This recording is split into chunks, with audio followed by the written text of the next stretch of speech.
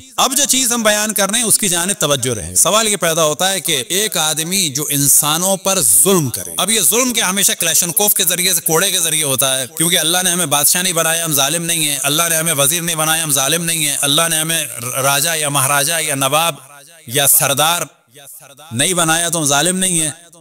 نہ، ان کے پاس ان کی پاور تھی، وہ ان کے حساب سے ظلم کرتے ہیں. ہم میں سے بھی خیر بعض لوگ ایسے ہیں کہ جن کو شکر کرنا چاہیے کہ اچھا ہوا وہ پرانے زمانے میں نہیں اور کوئی وڈیرے یا راجا یا چودھری یا بادشاہ نہیں ہیں. کبھی کبھی آپ نے دیکھا ہوگا دشمن کے بارے میں ہم سوچتے ہیں اگر میرے پاس طاقت ہوتی تو یہ کر دیتا، وہ کر دیتا. فوراً خدا کا شکر کرے یا اللہ سے شکر ہے تو نے طاقت نہیں تھی. کبھی آپ دیکھتے ہیں دشمن کے لوگ سوچتے ہیں ایسا کر دیتے، ایسا کر دیتے، ایسا کر دیتے. تو اس کو پتہ چلتا ہے کہ اندر ہماری اتنی خباثت چھپی ہوئی ہے، اس کا ہمیں موقع نہیں ملا. ہوتے 1000 سال پہلے یا 500 سال پہلے یا 200 سال پہلے سندھ کے وڈیرے ہوتے، پنجاب کے چودھری ہوتے، کوئی سرحد کے یا بلوچستان کے سردار ہوتے، سب کچھ کر دیتے. فوراً انسان شکر کرے یا اللہ تیرا شکر کہ تو نے مجھے نہیں بنایا ورنہ میں ایسا ہی کرتا. یعنی ہمیں پوری صلاحیت ہے غنڈہ گردی کی، فرعونیت کی، لیکن موقع نہیں. ہم اچھے نہیں ہیں، ہم میں اس کا موقع نہیں. اب جو سوال ہے وہ ہم یہ کر رہے ہیں کہ یہ جو ہم فقط، ہم نہیں کہہ رہے کہ شرابی کو اچھا سمجھیں، ہاں اس کے لیے دعا کریں صحیح ہو جائے.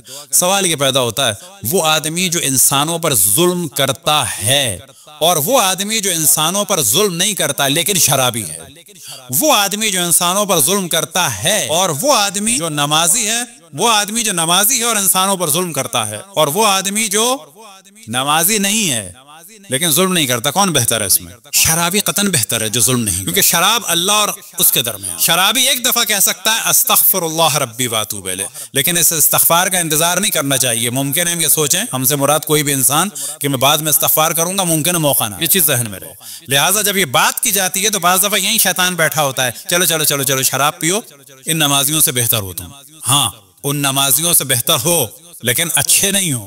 2 بروں میں سے کم برے کی بات ہو رہی ہے. اب یہاں پر بات ہوتی ہے بے نمازی ظالم زیادہ برا ہے، معذرت نمازی ظالم زیادہ برا ہے یا وہ بے نمازی جو ظلم نہیں کرتا؟ کون زیادہ برا ہے؟ قطعاً وہ بے نمازی جو ظلم نہیں کرتا. اسلام کے بارے میں جو تعلیمات اہل بیت ہیں ان کے بارے میں توجہ رہے کہ اسے ہمیں پورے سلسلے کو دیکھنا ہو. روایات کو ایک دوسرے کے ساتھ جس طرح سے پزلز ہوتے ہیں، پورا ہمیں جس طرح سے ہوتا ہے سلسلہ پورا بنایا جاتا ہے، تب جا کے کہا جاتا ہے یہ پورا ایک سیٹ ہو گیا، یہ پوری ایک تصویر بن گئی یا سینری بن گئی یا کچھ بھی. اگر 4-5 پزلز نکال دیں تو وہ کمپلیٹ نہیں ہو. جو تعلیمات قرآن اور اہل بیت علیہم الصلوۃ والسلام ان کو سب کو ساتھ جب ساتھ دیکھا جاتا ہے اور جو جہاں کی چیز ہو اس کو وہاں پر رکھا جائے. جس طرح سے نیچے کے پزلز کو اوپر لگا دیں تصویر خراب ہو جاتی ہے. تو بالکل یہی عالم ہے تعلیمات قرآن اور اہل بیت علیہم الصلوۃ والسلام کا جو اسلام واقعی ہے. اور سب سے زیادہ جو بری چیز ہے اللہ سبحانہ و تعالیٰ کی مخالفت ہے. اور اللہ کی مخالفت 2 طرح کی، ایک وہ جو ڈائریکٹ اللہ سے ہو، ایک وہ کہ جو اللہ کے بندوں پر ظلم کے ذریعے سے ہو. اللہ کے بندوں پر ظلم اللہ معاف نہیں کرے گا، لیکن جو مخالفت ہم نے اللہ سبحانہ و تعالیٰ کی ہے، چاہے وہ کسی بھی قسم کی ہو. شرابی ایک لہجے میں چھوٹ سکتا ہے استغفر اللہ ربی واتوب الیہ کہہ کے. بدترین گناہ کرنے والا، کیا آپ کو میں مثال دوں؟ ہمارے خود ملنے والوں میں سے تھے، ان کا ذکر میں کروں کہ اللہ ان کے درجات بلند سے بلند فرمائے. وہ فلم ایکٹر تھے، چائلڈ اسٹار تھے، بعد میں ہیرو ہو گئے تھے پاکستان میں. اور نام میں اس وجہ سے لے رہا ہوں اچھا لوگ یاد رکھیں. خود میری روش ہے، میں کوئی بھی مومن اس کے لیے فاتحہ بھی پڑھتا ہوں، دعا بھی کرتا ہوں. وہ تو خیر اچھے تھے. ان کی زوجہ نے بتایا وہ تھی جسے کہا جائے سویٹ پرسنالٹی تھی. فلموں میں بچپن میں گئے کیونکہ والد کے دوست نے کہا جی ایک فلم میں آ جاؤ، تو وہ چلے گئے. اس کے بعد ظاہر اسی میں رہے، بعد میں انہوں نے چھوڑ دیا. اور آخر عمر میں ان کا انتقال جب ہوا امریکہ میں، ایک دن اپنی بیگم سے کہہ رہے تھے، ان کی بیگم بھی کہتی ہے کہ آج تک انہوں نے مجھے تنگ نہیں کیا، کبھی دل نہیں دکھایا. وہ اپنی بیگم سے کہہ رہے تھے کہ میں اللہ سے استغفار کرتا ہوں اور آج میں سوچ رہا تھا کیونکہ ان کو کینسر ہو گیا کہ میں نے کس کس کو تنگ کیا، تو میں نے بڑا زور دیا ہے. بہت بڑی بات ہے، دوسرے کے سامنے کہنا الگ ہے، لیکن واقعاً وہ ایسے ہی تھے کہ میں نے بڑا زور دیا، مجھے کوئی یاد نہیں آیا. صرف ایک اپنا خادم یاد آیا کہ جب میں فلموں میں تھا اور وہ لیٹ ہو گیا تھا تو اسے ایک دفعہ میں نے ذرا ڈانٹا، لیکن اس سے بھی میں نے معافی مانگ لی تھی. اب یہاں پہ سوال وہ آدمی جو ساری زندگی بقول اس کے خود، خیر وہ بھی نمازی تھے، اپنے آپ کو مومن سمجھتا ہو، کبھی نوکر کو ڈانٹ رہا ہے، کبھی کس کو ڈانٹ رہا ہے، کبھی اس کو ڈانٹ رہا ہے، کبھی اس پہ ظلم کر رہا ہے، کبھی اس کو ظلم کر رہا ہے، کبھی اس سے کچھ کہہ رہا ہے.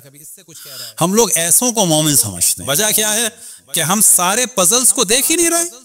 ہم ایک جلوے کو دیکھ رہے ہیں یہ نمازی ہے، تو نمازی ہے تو ہوا کرے نمازی، ہم پر احسان ہے اس کا. نمازی ہو کے فرعونیت کر رہا ہے، شرم کی بات. یہ حج پہ جاتا ہے، جائے حج پہ، یہ جانے اس کا اللہ جانے.